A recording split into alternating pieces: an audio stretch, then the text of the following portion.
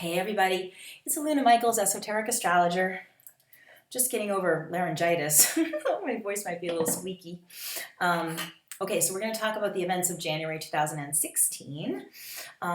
Okay, let's see. First thing to talk about is, let's just talk with Mercury retrograde, which is never as scary as it sounds. Okay, so Mercury is going retrograde in Aquarius at 0 degrees of Aquarius, just the beginning there, on the 5th of January, basically. It's going to retrograde, of course, back into Capricorn and go back to 15 degrees of Capricorn on the 24th of January and then go forward. Just for those of you who like to know when Mercury catches up with itself, that is on Valentine's Day. It'll be at 0 degrees Aquarius again. So the interesting thing, I think, about the retrograde is that, excuse me, here's my laryngitis stuff. As it turns retrograde right now, as I'm doing this on the 3rd, it retrogrades while squaring Mars. Mars is going into Scorpio, which is great. Mars and Scorpio, let's just talk about that for a second, is really great for accomplishing goals, and especially things that have been intimidating you for a long time.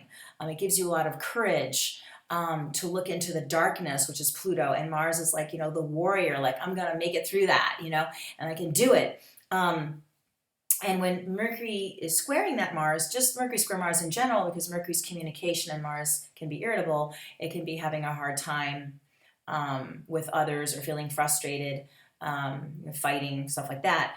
But because it's the retrograde, Mercury retrograde, which is so interior, it can have a lot to do with angry at yourself about things that are long-standing issues, And the Mars and Scorpio, by the way, Mars has a 2-year orbit, so Mars was in Scorpio 2 years ago.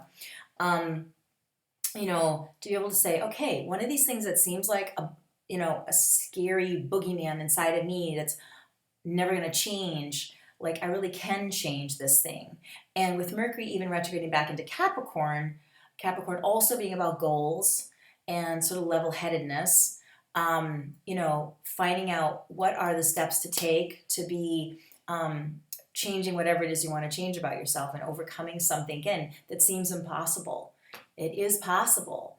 I don't have the book in front of me here, but I could grab it, but I'll let you know about it. One of the really wonderful Alice Bailey books is called The Labors of Hercules. Alice Bailey is the woman who kind of began the esoteric astrology, coined the phrase, and started that movement. And in her book, Scorpio has a lot to do with surrender. The labors of Hercules are the 12 labors that Hercules had to do in the mythology, and the one that is assigned to Scorpio is the 9-headed Hydra and defeating the Hydra. And in the story, he's trying to cut off the head. Like, every time he cuts off one, the Hydra's got 9 heads, right? It's like a monster with 9 sort of long necks with the head on it, and the demon or whatever coming off on the head is all trying to bite him or eat him. And he tries to cut off, every time he cuts off one of the heads and the necks of the Hydra, it springs 9 more. And it's like, it just keeps multiplying as he's fighting it. And he's fighting in this like mud pit or something. And in the story, he goes down on his knees, and he's just so frustrated with Hydra, and he just, because he's so strong and all, he gets down on his knees in the mud and just lifts it up, and it disintegrates, or it is killed by the act of him lifting it up.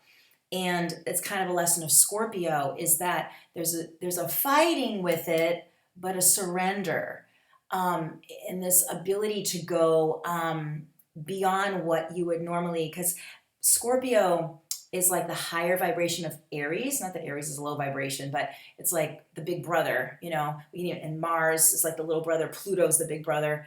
Mars is like, boom, boom, like, I'm fighting you, boom, boom, boom. But Pluto is more thought out, and the whole process, like, instead of just cutting off this head, because I'm thinking that's logical. If I'm Mars or if I'm Aries, cut off the head, it dies, right? Cut off all 9 heads, it's dead. Now we've got 9 times 9 heads. Now we've got 81 heads, right? So Scorpio is that part that says, I'm going to think it through more about how to defeat something. So when Mars is in Scorpio, that's why it can be this triumphing over stuff that's been long standing. There's a different approach. There's a sense of surrender to it, surrendering to your higher mind, sometimes surrendering to other people who have different ideas. And with that Mercury retrograde, it's a great time to do meditation, even therapy about something, a short-term therapy, trusted people in your life, but there can be a lot of solutions to things you feel aren't going to be solved. So then what's interesting, so we've got the Mercury squaring the Mars in Scorpio when it goes retrograde. When Mercury goes direct, again, Mercury's back in Capricorn, and at 15 degrees, I wrote it down, I guess 15 degrees, put my glasses on, of Capricorn, and it goes back to our friend Pluto, which is at 15 degrees of Capricorn, all through January 2016. But Mercury will go, so Mercury connects with Scorpio, Pluto's sign, and then Mercury retrogrades back to sit right next to Pluto, the planet. I'm going to sneeze, sorry. Oh, achoo. Okay, sorry about that. So that idea that this Mercury is giving us two opportunities about this depth of solving these problems, you know, and triumphing over things that that have been plaguing you perhaps for a while, or that again seem impossible, and it gives the fortitude to keep going through that process. So let me see if I can figure something else out for you. I'm thinking when Mercury will connect with Mars again, this is not going to be, you can file this away because I might forget to tell you about this in March, but it looks like around March 4th, Mercury will have caught up, because Mercury goes faster than Mars, caught up with that square again, so Mercury will again square Mars in Scorpio, and that could be another little closure to the Mercury retrograde. But I think there'll be plenty of closure just as Mercury goes direct next to Pluto. So that's pretty good stuff. Okay, just to add a little complication, if you are an astrologer, know a little bit more about astrology, when Mercury goes direct, it's also going to be squaring Uranus, which is a thing. It has to do with, let's just say, even more possibilities of releasing tension in our minds. We have a new moon that's going to be on the 10th of January, and that's, of course, the sun and moon in Capricorn together, but they're also going to be near Pluto. So during the Mercury retrograde, we've got that Pluto theme again, and they'll also be connecting with Uranus too. So it's like, you know, Pluto is the depth of trying to solve, and Uranus is like the eureka about the solving. But it can make you feel pretty rattled to have Pluto and Uranus working together. And of course, they've been working together in the sky for a long time, off and on, as a global theme. But just when it's with these smaller planets, it really feels like you're getting into some nitty gritty. And just, I would just say, don't give up, like, because Pluto can be so intense and so in it, you know. And then Uranus, bing, gives you that idea that's like, wow, the pressure sprung off suddenly, and I got the solution. So those two, Uranus and Pluto, have different ways of solving problems, but they both solve problems. So the other piece just to talk about is Jupiter's going retrograde. Jupiter only goes retrograde once a year. It's going retrograde basically the 7th, 8th of January in Virgo at 23 degrees if you care. It'll stay retrograde till May 9th or so. So the retrograde, you know, Jupiter retrograde sometimes can feel a little bit like the wind out of your sails, because Jupiter's like, it's all good, you know, it's like, maybe it's not all good. But truly, it kind of is similar in a way to Mercury retrograde, because, sorry, it's about the dreams, and just like Mercury is that interior truth, Jupiter is like, you know, how do I really get my dreams to happen, or what dreams are truly important? And sometimes Jupiter can be like, you know, blah, blah, blah, just, you know, talking about it, or just armchair philosophy. But I think when Jupiter goes retrograde, it takes things more seriously. So you can look at what your spiritual path has been, or your yoga practice, or whatever, and become more accountable for your spiritual growth. But there can be just a bit of, like, again, wind out of your sails feeling, not too optimistic.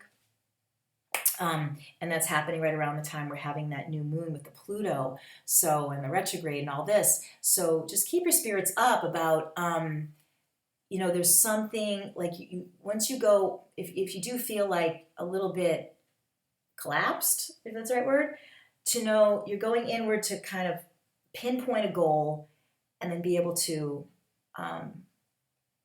create new plans from that goal.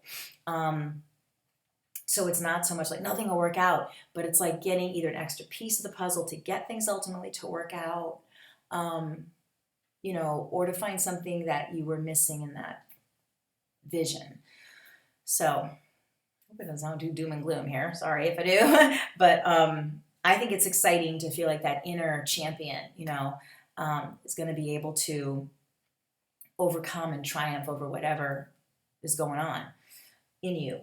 And again, it's something that would be about you. I mean, it can be happening in a relationship, but it could be something within you that by shifting something in you, it's going to shift a lot in the outside. So, and when Mercury retrograde, it's like, yeah, maybe don't sign contracts, maybe don't make big decisions, blah, blah, blah. And why we say that too is because there are misunderstandings with people, but also you're changing, so making the big decision during Mercury retrograde is kind of interesting because you don't quite know who you're going to be when you come out. So it's and again, it's like, yeah, you can travel to Mercury retrograde. Yeah, you can do whatever you need to do, especially if things have been in the works and it's fine. But that's more about where that comes from esoterically. Is like, will this be relevant when I do explore this part of myself and come out and decide whether it's relevant or not? So if you can wait, why not wait till the end of January to make those big decisions? So, okay. So my website, is alunamichaels.com. I've got my little ebook on there, the Spiritual Gifts of the 12 Astrological Signs. You can get a session with me by reaching out to me on YouTube or through my website. Call me, my phone number's on there, text me, or send me an email. And hang in there, and I will see you next month. Bye for now.